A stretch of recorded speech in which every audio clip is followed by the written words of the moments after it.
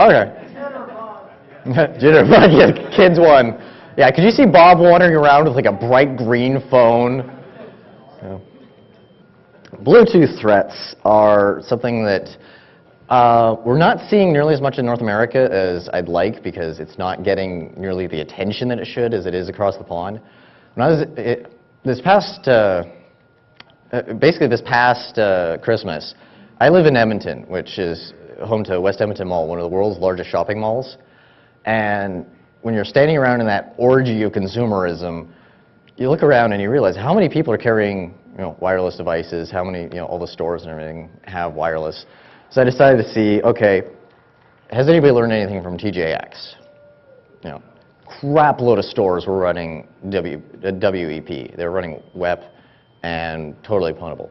The other thing I did at the same time was ran a Bluetooth scan. It took me 3 days in the world's largest mall at the busiest time of year, in the middle of, friggin' prairies in Canada, to get over 450 devices. I got 450 devices standing still at a con in Norway in 3 hours. So it gives you an idea of the scale of how much Bluetooth is across the pond as compared to here. But that's just sort of an aside to give you an idea of the scale. Really, a paired device gets access to the whole device.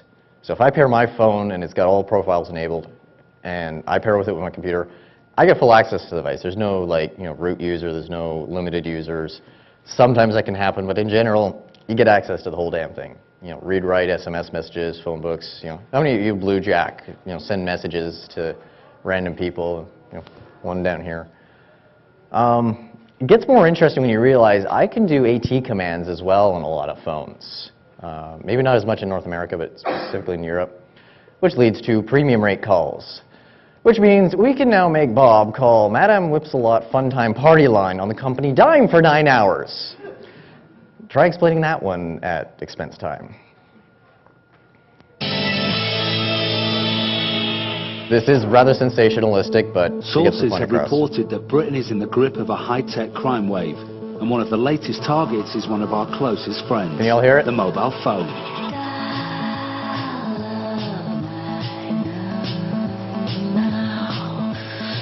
Experts have discovered a security flaw in some of the most popular Bluetooth-enabled phones that allows others to hack into your handset and take control of it. Our hustlers are going to demonstrate for our hidden cameras just how vulnerable your phone can be to a silent attack. This is the Bluetooth scam. The problem with some Bluetooth phones is you can make an unauthorized connection to the phone and effectively take over the phone, read the contents out, so the phone book, SMS messages, even actually make calls with it. So, how does the Bluetooth hack work? Our hustlers are going to demonstrate it here. Jess and Paul's phones have their Bluetooth turned on. Alex uses his mobile pocket PC. Because of a security flaw in Jess's phone, he is able to locate the Bluetooth signal. I know, Bluetooth sends out little blue lines. Control of it. Now he can make a call from Jess's phone to Paul's phone. This technique is known as bluejacking. The Bluetooth hustle works by using the Bluetooth feature on mobile phones. It's a very modern, very useful, very easy piece of technology. They can connect to your phone without you knowing it. Your phone will not even show that it's connected to something. They're now ready to test it on the public. Alex has set his pocket computer to search for Bluetooth signals. Now he's pinpointed a mark with an enabled handset. He can go for the hack. Now he's in and making a call using the Mark's phone. But where's the actual scam here? It's in the number that Alex is calling from the Mark's phone. Our hustlers have set up their own premium rate line where calls are charged at £1.50 a minute.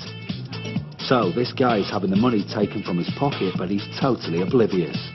And if the Mark doesn't realise his phone is calling the hustler's premium line, during his journey between Manchester and Liverpool, he will lose £75 in call charges. Ouch. So, if Alex spends some time here, he can really take home the bacon. In an hour, he manages to target 20 phones with an average call time of 15 minutes, making him a grand total of £500. Our hustlers have proved for those with the technology and the know-how, this is a really money-spinning scam. The simplest and best way to protect yourself against this scam is just simply to keep your Bluetooth turned off unless you're actually using it. If you do not switch off the Bluetooth feature on your phone when you're not using it, you're in danger of somebody finding a way in.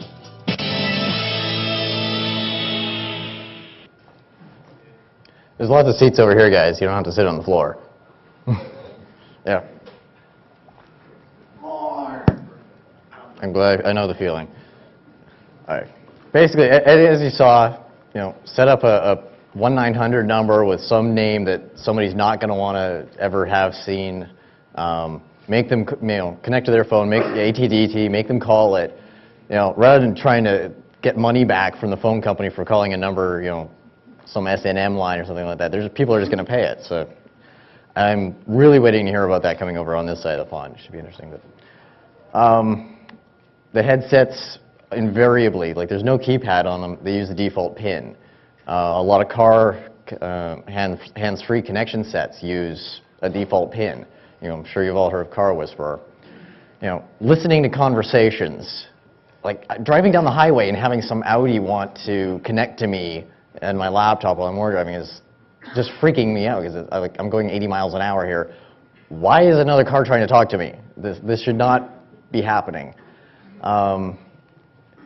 Listening to conversations, if I know Bob and his boss are talking on their way to the airport, in a rental car with one of these headsets, I just follow along listening to the private conversation because they think they're in this nice little box moving at high speed, but really they're sitting there broadcasting. Injecting audio can be a lot of fun. Car Whisperer. Another thing to consider is, I know a lot of procedures for secure facilities. When you go into a top secret meeting or something, you have to take your phone out, put it on the table, take the battery out, and put it in front of you. I cannot actually find any procedures for Bluetooth headsets. So when you turn off your phone and take out the battery, it defaults into discoverable mode. Your headset disconnects and defaults into discoverable mode. You now have a bug in their boardroom. It's sitting there, and anybody who can connect can now listen into the conversations. Think about that. Turn the damn things off. But what I really, really, really want to do is with those headsets, be able to disconnect an entire room full of bankers. Some of these guys that, I'm all money, I make, $50,000 a day, yada, yada, yada. Take those guys, disconnect all of them, connect up with their headsets, and just say, I know where you hid the money. And see who runs. I can be a bastard. But, I mean, generally, we could, anybody remember this little scene? We can now actually do this. Stop touching yourself, Kent. It is God. Turn off damn Bluetooth. My phone will go 3 days without a charge, but with Bluetooth on, I'm lucky to get about 8 hours. How many of you actually use Bluetooth, on your phones? Right. How many of you guys, is it just for headsets? UVDO. Ah. Car kit. Headset, same thing. I tried, but it didn't work, so I Good. Change default pins. I mean, if you're running anything with default passwords, that's dumb. Pin on Microsoft Sync. On the Microsoft Sync stuff? On the boards. Okay, I drive a 2,000 Grand Am. I haven't had a chance to go with this, and generally one walks into the lot with a whole bunch of RF equipment and says, yeah, can I borrow one of your cars for about an hour? No, they don't. They look at you funny and then, call security. Yeah. Yeah, but when you're carrying a fridge-size amount of RF gear with you, this is more than a test drive. Yeah. If anybody has access to some of that sync stuff or any of the headset stuff, I would like to just find out what some of the information is in the manual about that, how much detail they go into, if they actually are specifying any of these threats. But a lot of PDAs, stuff like that, you can change pins. Some of the newer headsets, you can actually plug into your computer and change the pin on those.